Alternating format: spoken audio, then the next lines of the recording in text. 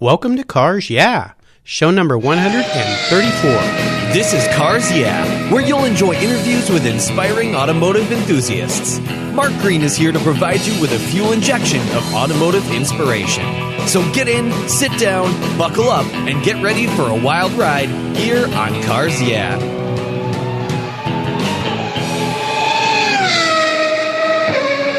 Have you turned your key and heard that dreaded tick, tick, tick, tick because of a dead battery? No worries. I've got the NOCO Genius Boost Jump Starter. This compact tool fits in your glove box and features rechargeable lithium battery technology that will start a dead battery in your car, boat, truck, or RV. It packs a whopping 12-volt, 400-amp starting power and can start up to 20 dead batteries on a single charge. Plus, it has built-in spark-proof technology with reverse polarity protection to safely jumpstart your vehicle. The compact, ergonomically designed clamps are solid copper for maximum conductivity, and there's a built-in ultra-bright dual LED flashlight with 7 modes, including an SOS emergency strobe. It's easily rechargeable with a USB outlet, and you can charge your smartphone or tablet while you're on the road. Works on any 12-volt lead-acid battery. The Genius Boost from NOCO is the ultimate emergency tool that's safe and easy to use. Quality design, state-of-the-art technology from NOCO, your battery care source since 1914. Get yours at geniuschargers.com.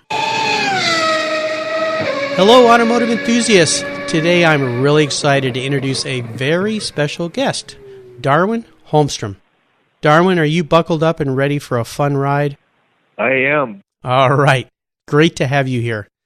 Darwin Holmstrom is the senior editor for Motorbooks, a wonderful source for the world's best transportation books for almost 50 years.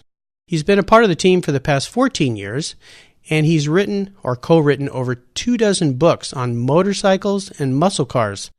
Some of these many books are Top Muscle, Lucifer Sword MC, Let's Ride, Camaro, 5 Generations of Performance, BMW Motorcycles, the Harley-Davidson Motor Company Archive Collection, Camaro, GTO, Billy Lane's Chop Fiction, and many, many more. So Darwin, I've told our listeners just a little bit about you. Would you take a moment and share a little bit more about your history, your career, your interests, and of course your passion for automobiles and motorcycles? My earliest memories are being obsessed with cars and motorcycles. I remember my cousin got a Honda CB350. It was a brand new motorcycle. It was like 1967, 68, something like that. So I was like 4 or 5 years old. And I remember standing by that motorcycle. It was orange with a black stripe.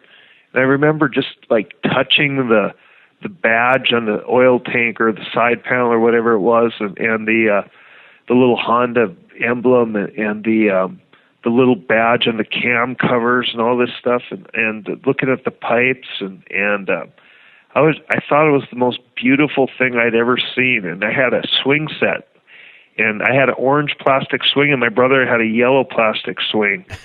And I remember just sitting on that swing, not swinging, just wishing it was that motorcycle. Oh my gosh. And the motorcycle was taller than me. I mean, I was maybe 4. Oh, sure. That same cousin got a 67 Camaro. I remember that car too. It was just, again, I thought it was the most beautiful thing I'd ever seen. Just looking at that car, and I guess I was obsessed with cars. I remember a 1969 Shelby ad in a National Geographic. My grandfather was in the hospital, and I was in the waiting room because they wouldn't let kids under 12 go into the hospital to visit back then. So I was just looking at magazines. It was a small town, so, you could leave the kid in the waiting room without worrying. Sure. Alone. So I was in the waiting room alone, and I remember seeing this ad. It was a green GT500, and I knew nothing about engines or cars, but I remember thinking that, well, my neighbor has a 440 Dodge, and that's the fastest car around. So this GT500 must be bigger than a 440. So it must be even faster. Sure, yeah. Bigger the number, the faster the car. I'm sure Carroll Shelby totally had that in mind when he named it, too. Oh, what's funny is you said that was an advertisement in National Geographic, which I went, really? Huh. Yeah, really. Well, what do you think? I wasn't a stupid kid. I knew what I could find in National Geographic. Oh, yeah, we all remember those. It was the most interesting thing in the hospital waiting room. Sure, sure. Well, this passion for cars and motorcycles, jump ahead a little bit here because you got into motorcycle racing, which is a pretty darn serious sport. How did that evolve? I always hung around with sport bike riders. I never got into the whole Harley thing. I grew up in a rural area, and that's all I had to ride with were Harley riders. A lot of my friends were in a club called the BPMs, which patched over and became the Minnesota charter of the Hells Angels. Oh, goodness. And these were older guys, but I mean, they were the people that had motorcycles and stuff. But I never had any interest in slow stuff. Mm-hmm. And Harleys, no matter how you slice it, are big, slow, low horsepower V-twin motorcycles, heavy and not very agile. So I was always riding like the quickest, lightest, most agile Japanese sport bikes I could buy. I really wanted a BMW or a Ducati, but I mean, the nearest BMW or Ducati dealer was like 350 miles away. So an 18, 19-year-old kid, pretty lucky if he can afford to buy a 5-year-old Japanese motorcycle for $1,000, much less travel 350 miles to buy an exotic European sport bike. So I never bought into the whole Harley thing ever. To this day, I have zero interest in big, slow, heavy motorcycles. But as soon as I got around other sport bike guys, we started riding the alphabet roads of Wisconsin and basically behaving in reprehensible fashion on public roads and turning county back roads into our own little Isle of Man TT every weekend. All right. And from there it evolved into track days, and once you're on that slippery slope, you're pretty much going to join a club at some point. So let's jump ahead a little bit further here before I get into some of my questions, but how did you get involved with Motorbooks? I have a master's in creative writing. So, I mean, I didn't just ride motorcycles. I also went to college and studied hard and got degrees and learned how to write. I always wanted to be a writer my whole life. I never thought of motorcycles or cars as a job. That was my hobby. What I wanted to do was be a writer. It's just that the two sort of came together in a very odd way. I just finished my master's degree, and I'd applied for a job at Cycle magazine with Steve Anderson. Mm-hmm. That was my dream job. I mean, the old Phil Schilling Cycle magazine, back when Ziff Davis published it, I think was possibly the finest example of enthusiast press in history. Okay. Phil Schilling was a hero of mine. He was just phenomenal. And Steve Anderson was doing a terrific job too, but then CBS, which owned Cycle World at the time, bought it. So they owned both Cycle and Cycle World, and then they rolled the two together, I think in 92 or 93, something like that. Mm-hmm. And I was just graduating, so I was looking for a job, so just absolute lark. I sent Steve Anderson a resume and a letter saying, hey, there's nothing I'd want to do in this world more than write for Cycle magazine. He sent me a letter back, a really nice letter, said, you'd be perfect for this. You're just the kind of person we're looking for, except the August issue will be the last issue. We're shutting it down. Oh, no. Oh, no. I'd been publishing a lot in like literary journals, like fiction, like, there was a journal out of New Orleans called The Exquisite Corpse by Andre Coderescu, who used to be on public radio. They actually ran a poem I wrote about my private parts on a bar napkin while I was drunk. So, I mean, I'd been doing writing and getting published, but it was like of the literary variety. I hadn't even thought about, other than Cycle. Like, Cycle was my dream job. I started just sending out stuff. Motorcyclists started publishing my stuff. By then I was I forget. I guess when I first started publishing with Motorcycle, I was in my first job out of college, which was making church bulletins for the Lutheran Church as a production editor. But, it's actually a fun job. I had various jobs in publishing over the years. I mean, I wrote for daily paper. I also had a degree in photography, so I did a lot of photography. And I just started doing more and more stuff for Motorcyclist magazine. And I started doing regular features for motorcyclists, and full-time freelancing for them. And then I started writing books. I wrote a book called The Complete Idiot's Guide to Motorcycles. Mm-hmm.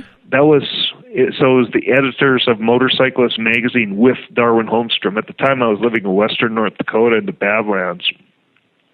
And if you read the book, it's all about a guy living in western North Dakota in the Badlands who grew up in northern Minnesota. So but they subcontracted me to write it. At the time, it was Macmillan, Simon Schuster Macmillan. Mm-hmm. And they subcontracted me to write it. So I wrote that book, and then I wrote a couple other books, and that's how I ended up in Motorbooks. Oh, fantastic. I had a best-selling book through one of the major New York publishing houses before I ever came here. Okay, awesome. So, I mean, it kind of made sense that I came here. And I came here as like an acquisitions editor, which is sort of like a developmental editor. So I don't edit. I'm not particularly good at editing. I develop books. Mm-hmm. Come up with book ideas, hire people to write them, and help, guide through the writing process. And then that's pretty much what I do still to this day. And it's I had the job experience, I had the subject matter knowledge, and I had the education and background that made me sort of a good fit for this. So actually, a motorcycle hooligan becoming a senior editor of Motorbooks makes more sense than, Tweety professor type coming here to be. Well, that's why so many people I've had on this show suggested I contact you, Darwin, because they said, hey, he'd be a great person to have on your show because he fits that profile that Cars Yeah is all about, is people that have taken their avocation and wrapped it into their vocation with that passion for cars. So great fit, great story. And as we continue on your journey, I always like to start with a success quote. This is a saying that's been instrumental in forming your life and your success, and it's a great way to get the inspirational tires turning. I usually say, so Darwin, take the wheel, but I'm going to say, Darwin, take the handlebars. Well, in this case, the wheel or the handlebars are appropriate because that's an easy question to answer. So Chiro Honda once said, my life has been a series of failures. How do you tie that into your life and your business and your passion for cars? Would you consider Soichiro Honda a failure? Of course not. And that's why I want to hear, how do you wrap that into how you identify yourself? Because your story sounds like a success story to me. Oh, I've made lots of mistakes. Well, and we'll get to one of my questions that talks about failures and challenges in a moment. But let's take that quote that you like from him and tell me how it has some meaning to you in your career. Because it's the failures that you learn from. Ah, yes. It's not so much the successes as much as the failures. The failures that show you the direction for the future. And if you're the kind of person that just sort of rolls over and goes to the bathroom on a soft underbelly in submission when you have a failure, that's all you're ever going to have is failure. But if you learn from your failure, if you get stronger from your failure, and if you move ahead using those lessons, that's how you succeed. Perfect. I love that. And it has such meaning to many of the Cars Yeah listeners and the Cars Yeah guests, that entrepreneurial spirit that you're going to fail a whole lot. You're going to fall down a whole lot.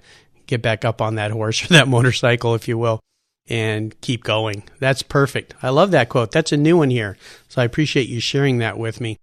Could you tell me a story that instigated your passion for cars? You talked about being 4 years old and standing next to that Honda, but that pivotal moment in your life when you really knew you were a car guy? I never lost that. I always loved cars. I was always fascinated by cars. I remember I just stopped what I was doing every time. I remember the first time I saw the new 70.5 Camaro. I just couldn't believe I was seeing something that was so beautiful. And I mean, that went on and on. But when I was about 12, I already had a motorcycle by this time. I already had my first dirt bike. When I was 12 or 13, I worked on a farm. My dad owned a farm, and I started working on the farm when I was 6 or 7 years old. Mm-hmm. We had our neighbor who was about 7 years older than me, so he was probably just graduated high school. He worked for us as our hired hand, and he had a 1972 Challenger Rally Pack with a 4-speed with pistol grip shifter, and nice. He used to let us drive it all the time. My little brother and I mean, so I was 12 years old driving around in this Challenger. It was yellow with the black strobe stripes. Yeah. It was identical to the Brock Yates Cannonball Challenger. Identical. Same stripes. It was identical. Same color, everything. Except Brock's was a 71 that had been, they'd put 72 trim on it for photo shoots for the publicity photos, for like the ads and stuff. So technically it wasn't identical. Yeah. It was a 340, 4-barrel. I remember starting that thing up. Sometimes I'd just come in from the field and it'd be sitting there, and I'd get in it and I'd start it up just to hear that 340, that LA small block just revving. And if there was ever any turning back, at that moment, there was no more turning back. Wonderful. That's a great memory. It paints a wonderful picture in my mind. You flying down dirt roads in that thing. Did all kinds of crazy things. I'm sure. We talked a little bit about failure as part of your success quote, but what I want to do now is crawl under the hood and maybe get our hands a little dirty here and ask you to share a huge challenge or a great failure that you've faced, but more importantly, how did you overcome that situation and what did you learn from it? Well, I've had some pretty bad motorcycle wrecks. So I have, according to the state of Minnesota, I'm officially handicapped. Oh my gosh. I get porn-star parking. But I'm in better shape other than, some agility issues, which never come up in most circumstances. I probably physically in by far the best shape of my life right now, which I don't think I would be this fit if it hadn't been for the life-changing injuries I've suffered. You'd mentioned when we were chatting earlier, your father broke his neck. I once had an accident that was so bad that I don't know if you know where Turn 1 in Brainerd is, the old Turn 1, the Brainerd International Raceway. It was the most dangerous corner in North America. I got clipped in that corner and went flying through the air at about 127 miles an hour. I know I was going about 127 because I was on ultralight, and that's where valve float set in. Oh, gosh. And when he was listing my minor injuries, my crushed vertebrae was in the minor injury list. Oh, no. Yeah. So it was I think the medical term for what that was a humdinger. Oh, God. It was a challenge to overcome that, but that challenge motivated me to become physically the best I have ever been. Mm-hmm. As far as vehicles, the most challenging thing I ever did was put a new top on a Miata myself. Well, that's a little different. That was a lot of work. Yeah, well, I appreciate you sharing that very personal story. My goodness, some things to overcome, just incredible. But I love the way that they've turned your mindset into getting into great shape and being in great shape. You mentioned you're 51 years old, right? Yep. Yeah, as you get older, it gets harder, and especially having overcome those injuries. So thanks for that. Let's shift gears here and go to the other end of the spectrum, and I'd love for you to share a story when you had a real aha moment in your career, a time when you realized that, you know what, I think this is really going to work, and tell us the steps you took to turn that aha moment into your success. Actually, my aha moment came before my career. It came when I was in college. It came when I went to college. Before I went to college, I was working at a factory. Miserable, horrible place. It was just a rancid, filthy, stinking sugar beet factory in the northern Red River Valley in North Dakota. And all my friends from high school worked there. That's where everybody went to work. That's what you did. You didn't go to college in my hometown. You either graduated or you didn't. It didn't really make much difference. And then you went to work at the sugar beet factory. And then you died. Oh, gosh. And I hated it. Every day I'd go to that job and I'd just hope that the boiler had blown up and there'd be a mile-long crater where the factory used to be. Because nobody quit there. It was a good job. You didn't quit a good job. I was running these filters, and I was working with this grad student from NDSU in Fargo. And she was getting her PhD in chemistry, and she was specializing in egg chemistry. NDSU is sort of a farm school. Mm-hmm. She was a gorgeous woman. She was maybe 3-4 years older than me. And all my friends were like, oh, hey, you're working with this beautiful woman. How, hubba. And, what's like, I said, what's amazing? She loves what she does. In my life, I had never met anybody who loved what they do. Farmers, all they did was complain about farming and how hard the work was. People at the sugar beet factory, all they did was complain about how hard the work was. All anybody did was go to these jobs they hated and complained about, and then came home and got drunk just to forget the misery of their lives. Yeah. And I was talking to my friend, and I said, how come we're not doing something we love? He looked at me and said, people like us don't do stuff like that. People like us do stuff like this. And a light bulb went off in my head. Oh, thank goodness. And I thought, maybe that's true about you. Yeah. And he's still working in jobs he hates. I was actually thinking about buying a new car. I was thinking about buying a new RX-7 Turbo because, I was total car geek still. Mm-hmm. I'd just ready to sign the papers. I'd been negotiating a deal on this carryover RX-7 Turbo, which was it was like the fastest car you could buy at that time. I called the sales guy up at the Mazda place. I said, forget it, I'm not getting it. I went and enrolled in college. Wow. And I'd had like a couple of failed attempts at college before, so I had like 7 credits out of a year and a half of basically going to school and partying. I went back to school. I got my undergraduate degree in 3 years. I had like a straight A GPA and breezed through grad school and ended up doing what I do now.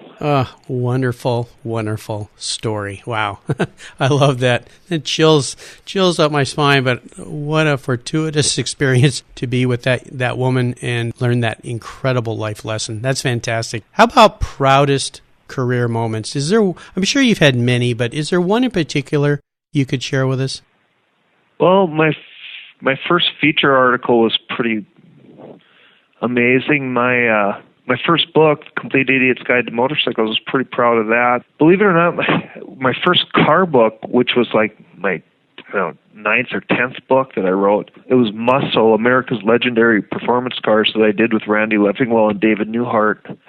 I was really proud of that. It was a great book. I'm really proud of some of the books that I've developed and had other people write, like Randy's books.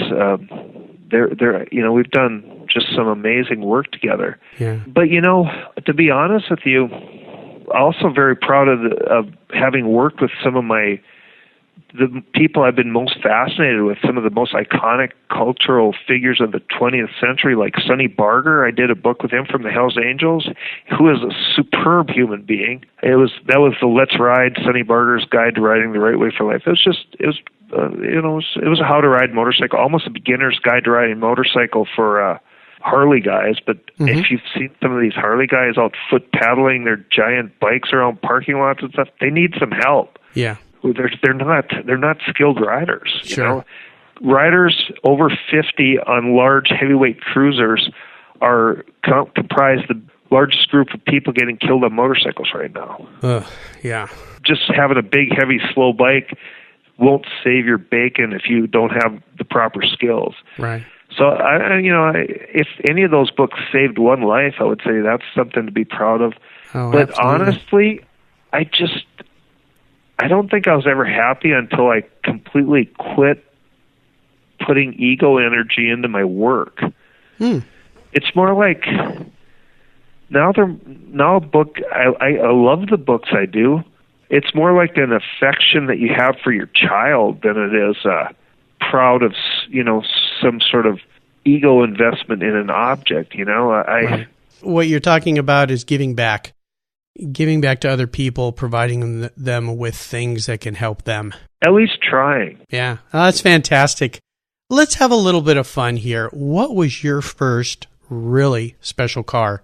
And can you share maybe one memory you had with that vehicle? I had a 70 Duster with a 340 4-barrel 4-speed, so it had the big heads, the big heads that came with the 4-barrel carb. It had the stock Carter thermoquad on it, and it had a Dana 60 rear end with 410 gears, right? Or were they 411? I forget. But anyway, it had the dump pulling rear end. You could do burnouts in third gear in it from a standing start. It was pretty stock, except it had traction bars, which really helped it hook up. Mm-hmm. I'm quite a fan of that LA 340 small block Chrysler engine. I think it's one of the most fun street engines ever made. But that thing was really fast. It weighed nothing. It was an old found car that a local guy had just taken an old Duster out of a pasture and thrown in a really hot 340 engine. I bought it for like $500. I sold it after my brother blew it up drag racing it. I sold the rear end for $750. Nice. The only race I ever lost with that was and this was by just inches. When I say race, we had out in the country, we had spray painted a quarter mile off on an old isolated county road. That was our racetrack. Yeah. Was to another 340 small block. This was a 70 CUDA with a 3-speed of all things. But it was like the stock 3-speed. That thing really hooked up too. I mean, that was the key, just not to burn your tires off. Right. It was just fun. I beat 454 Chevelles and stuff, not LS6s. Nobody had nice cars back then. I mean, these were. We bought cars for $500, $1,000 and drove them until some moron blew them up. Right, and you get another one. Very cool. How about current projects? Is there a project that you're working on right now that really has you excited and fired up? Right now, I'm writing a book, History of Indian Motorcycles. It's an official project for Indian, which is owned by Polaris Industries, local company, and I'm really enjoying that because the history of Indian motorcycles is the history of transportation. I mean, Indian motorcycles were one of the first commercially available internal combustion transportation devices you could buy. Wow. They started selling to the public. They built the first 3 prototypes in 1901 and started selling motorcycles in 1902. This predates the Model T, it predates Harley-Davidson, it predates everything. And I'm really enjoying this project because it's forcing me to just study the very origins of the internal combustion device as a consumer product.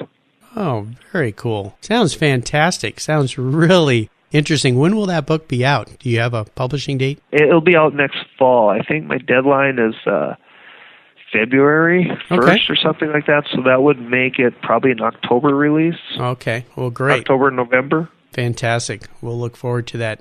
Now, here's a funny question for you, Darwin. If you were a car, what kind of car would Darwin be and why? I would like to say I was a Miata, but I'm not sure I'm as reliable. I might be more of a Lotus Elan. I don't know. Actually, I'm not lithe or agile or anything like that. So I'd like to think I was like that, but the reality is I'd probably be I'd probably be a 396 Chevelle with a vinyl top. Very cool. Just a kind of meat and potatoes workhorse of a muscle car. Yeah. Okay, Darwin, we're ending what I call the last lap. And since you are a racer, you know what this means. The white flag's out, and that means the throttle is up. And we're almost to the end here. I'm going to fire off a series of questions, and you give our listeners some very quick blips of the throttle answers. So are you ready? Okay. What's the best automotive advice you've ever received? Never buy a new car. Yes, I've heard that one. Great advice. I just had that conversation with my daughter. Can you share one of your personal habits that you believe has contributed to your success? Obsessive-compulsive desire to learn. Perfect. Do you have a resource that you would share with our listeners that you're really fond of? Maybe it's a website that you go to often? Yeah, there is. It's mx5miata.net. Oh, okay. That's a new one. I mean, Miatas are the cars that's what I own right now. I've got 2 Miatas, and I just love them. You know, I had a guest on yesterday, Jim Simpson, and he's a restoration, but he also designs cars. And Miata sent him a car years ago and said, do what you want with it. And he completely rebodied it. And he talked a lot about how much respect he has for Miatas, what a great platform they are. So very interesting. I'm fighting with every fiber of my being not to get into racing Miatas. There you go. Well, it sounds like fun. They're fun little cars. Could you share just one book that you're really fond of with our listeners that they should get their hands on? Well, would it be self-indulgent to share one I wrote myself? No, wouldn't at all. I love Top Muscle. It's the newest. I have a new book coming out, GTL 50 Years, that is really good too. But Top Muscle was so much fun to write because it was about cars in the Brothers collection. Mm-hmm. And the reason I love that book so much is because every car in there had a personality. It wasn't about GTOs. It wasn't about Shelbys. It wasn't about Camaros or Hemis. It was about that car. Every single car in their collection has an amazing story behind it. Awesome. Okay. So it was like doing personality profiles of each of these cars. So it's almost like getting to know a person to research those cars. Yeah. That was fun. Yeah, I got Randy's incredible photography. If you have not seen that, you have to see that book. It's breathtaking. Oh, well, I'll get my hands on that, and I'll remind our listeners that you can get your hands on this book and all these resources at carsyeah.com/Darwin Holmstrom. Okay, Darwin, this last question can be a real doozy for some people. If you could only have one collector car in your garage and money's no object, what would that one vehicle be and why? If I could have, or you, I'm going to give you one collector car. You can't sell it to buy a bunch of other cars, so that little trick is off the table. But I've already got it. My 95 Miata that I've been fixing up, doing a little work to, and building myself. I just can't imagine any other car I could have more fun with. Well, you're going to make things pretty easy for me since you already have it. Some people here are choosing things like Ferrari GTOs that are going to definitely break the bank. Well, I only paid $3,500 for mine, but I wouldn't trade it for anything. If I could trade it for a Ferrari GTO and buy like every Miata ever made. But no, you can't do that. Well, I think it's pretty cool that you have the car of your dreams in your garage. That is very nice. Darwin, you've taken me on a really great ride today, and I'm really happy that your friends and buddies suggested I call you and have you on Cars Yeah. I want to thank you for sharing your journey with me and the listeners. Would you give us one parting piece of guidance before you drive off into the sunset in that Miata? Do what you love. Don't worry about what people expect you to do. Don't worry about whether you're going to make money or it's going to support you or whatever. Follow what you love, because that will put you on a path that puts you in contact with other people who share the same passions as you. And over time, it'll all work out and you'll get where you need to go. Do the hard work. I mean, don't just say, I love to be a writer, and then just start writing. You need to learn how to write. I want to be a motorcycle racer. You need to learn how to race motorcycles, how to ride motorcycles. You can't just go hop on a MotoGP bike and, start doing hot laps running with Marquez and those guys in MotoGP. You need to do the hard work to develop the skills, and it's not an easy thing to do what you love, but put the effort into it. Follow what you love, not what somebody tells you to do or what you think you're supposed to do. Very well put. And what's the best way for our listeners to learn more about you and Motorbooks? Motorbooks.com, Amazon, a lot of them, some of them, used to be a lot of them, but now some of them are still in bookstores. You should be able to find a copy of Top Muscle, but your best bet is probably Amazon or Motorbooks.com. Everything you ever wanted is there. Well, listeners, again, you can find resources and everything on Darwin's show notes page at carsyeah.com/Darwin Holmstrom. Darwin, thank you again for being so generous with your time and your expertise. I've had a lot of fun traveling down this road of life with you. What a great joy it's been. Thank you so much. And until we talk again, I'll see you down the road. Thank you, Mark. You're welcome. Thank you so much for joining us on today's ride here at Cars Yeah.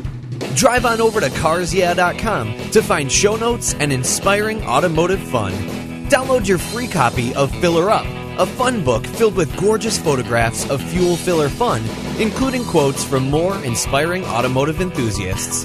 Download your copy today, and we'll see you next time on Cars Yeah.